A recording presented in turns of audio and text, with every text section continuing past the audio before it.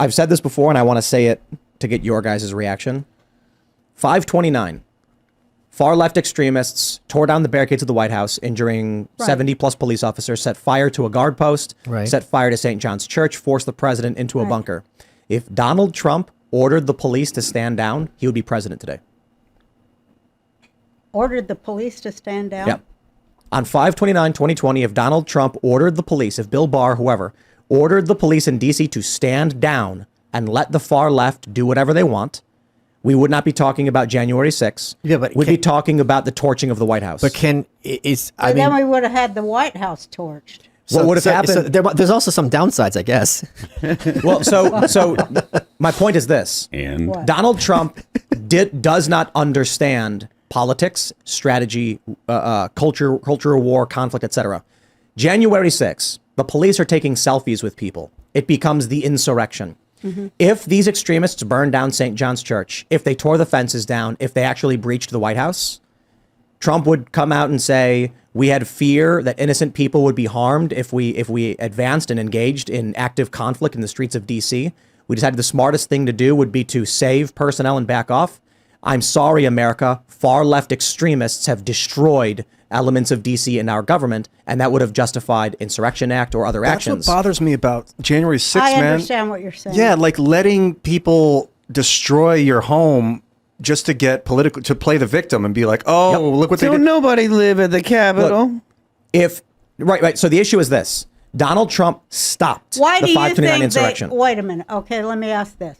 Why do you think they put up all those barricades and barbed wire fences around D.C.? Are you talking about before January 6th or afterwards? After. Afterwards was as a show of force.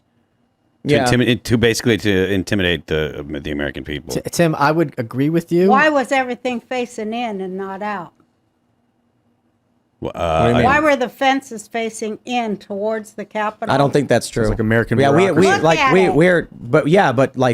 have people who come from DC all the time. That was not something anyone ever said, and we never saw it. The thing about 5/29, I would agree with you more if the media weren't, especially at that time, so invested in scripting a narrative that was only tangentially related to reality. And I think you remembered, everyone, hold on, let me finish my point, remembers very vividly that we were told that COVID's a problem, you have to stay in your house, and then as soon as these riots hit off, you have to be in the streets protesting, and you're going to be immune from COVID. And there's a limit. There is a limit that regular Americans can withstand. I don't think Trump standing down would have hit that limit. I'm sorry. If they ripped the fencing down at the White House and burned down St. John's Church, St. John's Church was on fire. Yeah, and they stopped it. If they didn't, it would have burned to the ground. But then they would have won. But then they would have won. And this they did win. So the issue is this. Do you think like the CIA, I'll put it this way. I was talking to Occupy Wall Street activists back 12 years ago. And I said, do you think that, it's feudal Japan, the ninja warrior walks up to the front gates and knocks on the emperor's door and say, we hereby demand the emperor stand down? Yeah, he says, I'm the one who knocks. Or does the ninja dress like a servant, sneak in the middle of the night, drops a few poisons to the emperor, and then sneak out? In warfare, it's surreptitious, it's espionage, it's manipulation, it's psychological conflict in warfare. My point is this: nobody should be violent. January 6th should have never have happened. 5/29 should not have happened. My point is, whether you care, it has nothing to do with what should or shouldn't happen. It has to do with the logical steps of what does happen.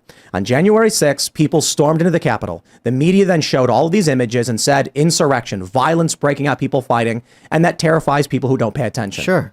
If on 5/29 they did the same thing and had the police taking selfies with protesters and letting them ransack, the media can try, and that is an advantage that the establishment has, but there is a limit. St. John's Church being burnt to the ground, guard posts being burned, the president being locked in his bunker for 2 days. They burned down police stations and no one cared because they weren't discussed. That's not true that no one cared. Black Lives Matter went from its highest approval rating ever to its lowest point ever following those No riots. one cared to the point that it would have made a difference in having Trump reelected. I think you're wrong. May